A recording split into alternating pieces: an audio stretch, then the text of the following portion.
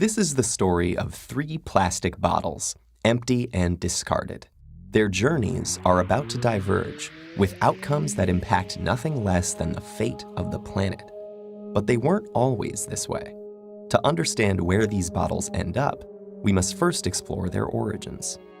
The heroes of our story were conceived in this oil refinery. The plastic in their bodies was formed by chemically bonding oil and gas molecules together to make monomers. In turn, these monomers were bonded into long polymer chains to make plastic, in the form of millions of pellets. Those were melted at manufacturing plants and reformed in molds to create the resilient material that makes up the triplets' bodies.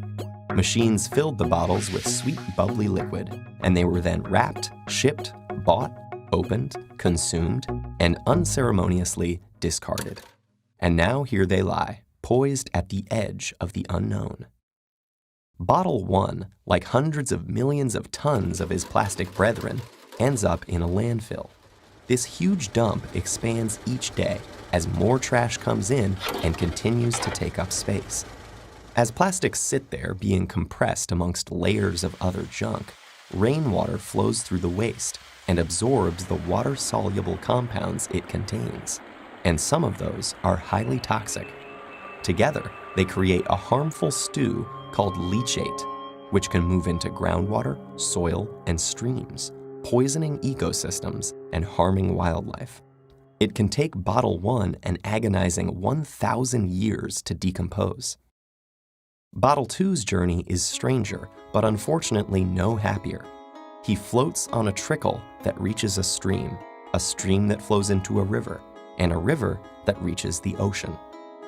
After months lost at sea, he's slowly drawn into a massive vortex where trash accumulates, a place known as the Great Pacific Garbage Patch. Here, the ocean's currents have trapped millions of pieces of plastic debris. This is one of 5 plastic-filled gyres in the world's seas, places where the pollutants turn the water into a cloudy plastic soup. Some animals, like seabirds, get entangled in the mess. They and others mistake the brightly colored plastic bits for food. Plastic makes them feel full when they're not, so they starve to death and pass the toxins from the plastic up the food chain. For example, it's eaten by lanternfish. The lanternfish are eaten by squid. The squid are eaten by tuna. And the tuna are eaten by us.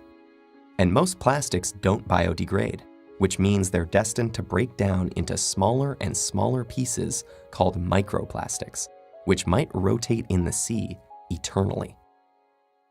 But Bottle 3 is spared the cruel purgatories of his brothers. A truck brings him to a plant where he and his companions are squeezed flat and compressed into a block. Okay, this sounds pretty bad too.